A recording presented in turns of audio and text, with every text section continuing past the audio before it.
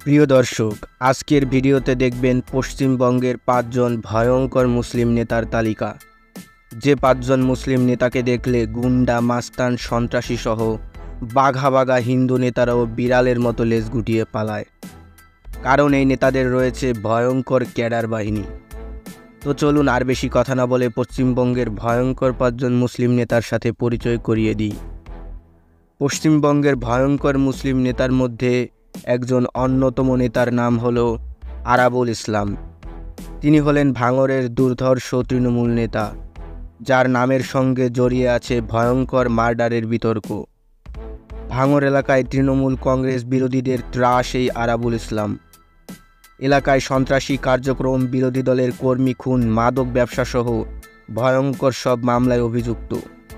গত নির্বাচনে আইএসএফের এক কর্মীকে খুন করে জেলে যান। কিছুদিন হলো জামিন পেয়েছেন। রাগে ভাঙড় কলেজের অধ্যাপিকাকে মিটিংয়ে বসে জগ ছড়ে মারা, গুম, খুন, শাসানো সহ তিনি নানা সব ভয়ঙ্কর কর্মকাণ্ডের সাথে যুক্ত।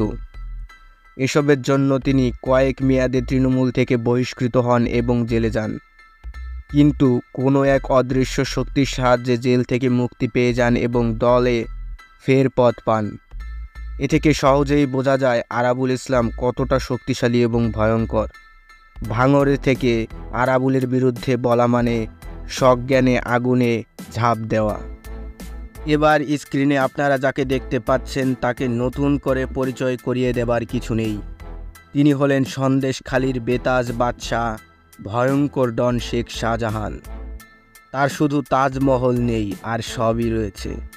তিনি সন্দেশখালীতে এতটাই পাওয়ারফুল ছিলেন যে সন্দেশখালীর একটা গাছের পাতাও তার অনুমতি ছাড়া নড়ত না। তার ছিল ভয়ঙ্কর ক্যাডার বাহিনী। শেখ শাহজাহানের ডান হাত ও বাম হাত ছিল শিবু হাজরা এবং উত্তম সর্দার।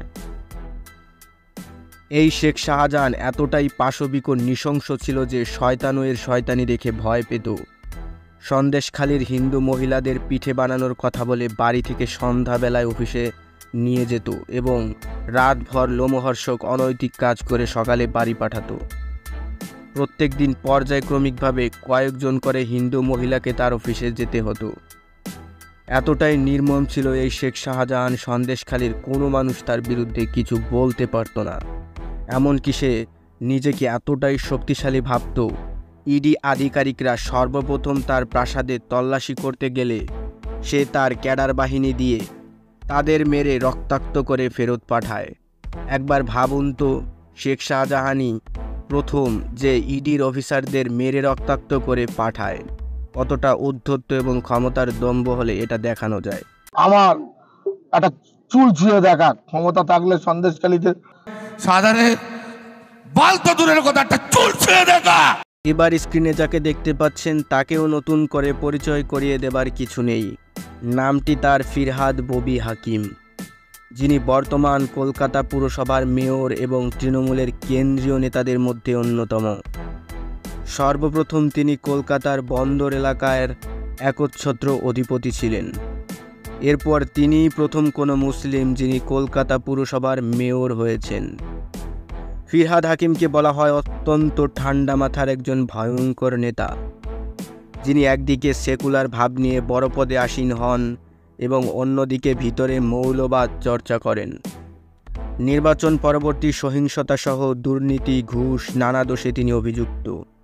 সম্প্রতি তার মধ্যকার ভয়ঙ্কর মৌলবাদ প্রকাশিত হয় একটা ইসলামী জনসভায়। তিনি বলেন, দুর্ভাগ্য নিয়ে জন্মেছে তারা যারা মুসলিম হয়ে জন্মায়নি। আপনারা বেশি বেশি দাওয়াত দিয়ে হিন্দুদের মুসলিম বানান। কিন্তু যারা দুর্ভাগ্য নিয়ে জন্মেছে, যারা ইসলাম নিয়ে জন্মায়নি, তাদেরও দাওয়াতে ইসলাম। এই বক্তব্য নিয়ে প্রচুর সমালোচনা হলেও তৃণমূল থেকে কোনো তিরস্কার সুলভ কিছু বলা হয়নি। এতে বোঝা যায় তৃণমূলে তার রয়েছে ভয়ঙ্কর লেভেলের ক্ষমতা। এর আগে তিনি পাকিস্তানের ডন পত্রিকার এক সাংবাদিককে সাক্ষাৎকার দেবার সময় কলকাতার গার্ডেন রিচকে মিনি পাকিস্তান বলেছিলেন, যে গার্ডেন রিচ মূলত তার গড়।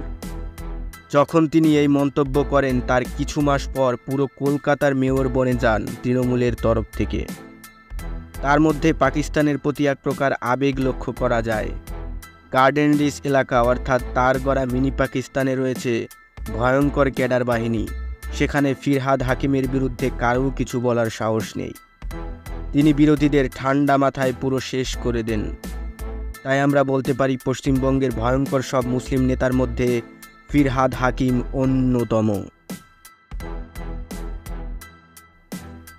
এবার স্ক্রিনে যাকে দেখতে পাচ্ছেন তিনি হলেন বসিরহাট লোকসভার সাংসদ হাজী নুরুল ইসলাম, যিনি বিজেপির রেখাপাত্রের বিরুদ্ধে জয়ী হন। হাজী নুরুল বসিরহাটের একচ্ছত্র ক্ষমতার অধিকারী। তার নির্বাচনী এলাকাটা মূলত কিছুটা দুর্গম।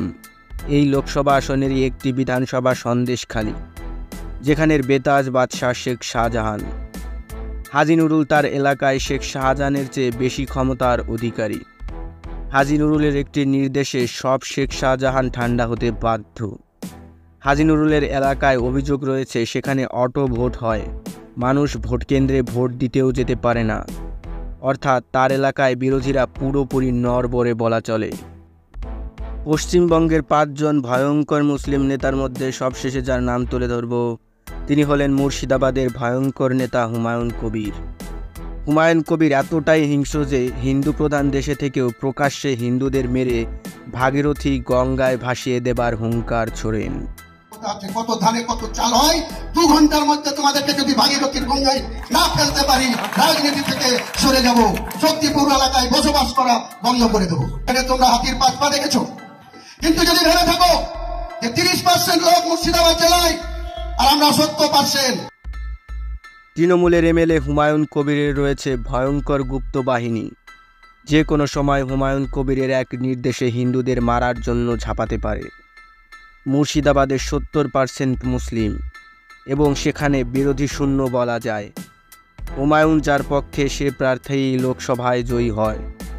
একসময় হুমায়ুন কবির কংগ্রেসে ছিল, তখন অধীর রঞ্জনের জন্য জয় ছিনিয়ে আনতেন এই হুমায়ুন কবির। তার রয়েছে ভয়ঙ্কর ক্যাডার বাহিনী, নাম হুমায়ুন বাহিনী। এই বাহিনীর নজরে কেউ পড়লে তার প্রাণ চলে যেতে পারে অথবা হয়ে যেতে পারে সারা জীবনের জন্য পঙ্গু। তো প্রিয় দর্শক, আজকের ভিডিওতে যে 5 জন ভয়ঙ্কর মুসলিম নেতাদের পরিচয় করিয়ে দিলাম, এই 5 জন নেতা সম্পর্কে যদি আপনার কোনো মন্তব্য থাকে তাহলে অবশ্যই কমেন্ট করে জানাবেন। ভিডিওটি ভালো লাগলে লাইক দিয়ে চ্যানেলটি সাবস্ক্রাইব করে রাখুন এবং বেল আইকন অন করে রাখুন পরবর্তী ভিডিওগুলোর নোটিফিকেশন পেতে।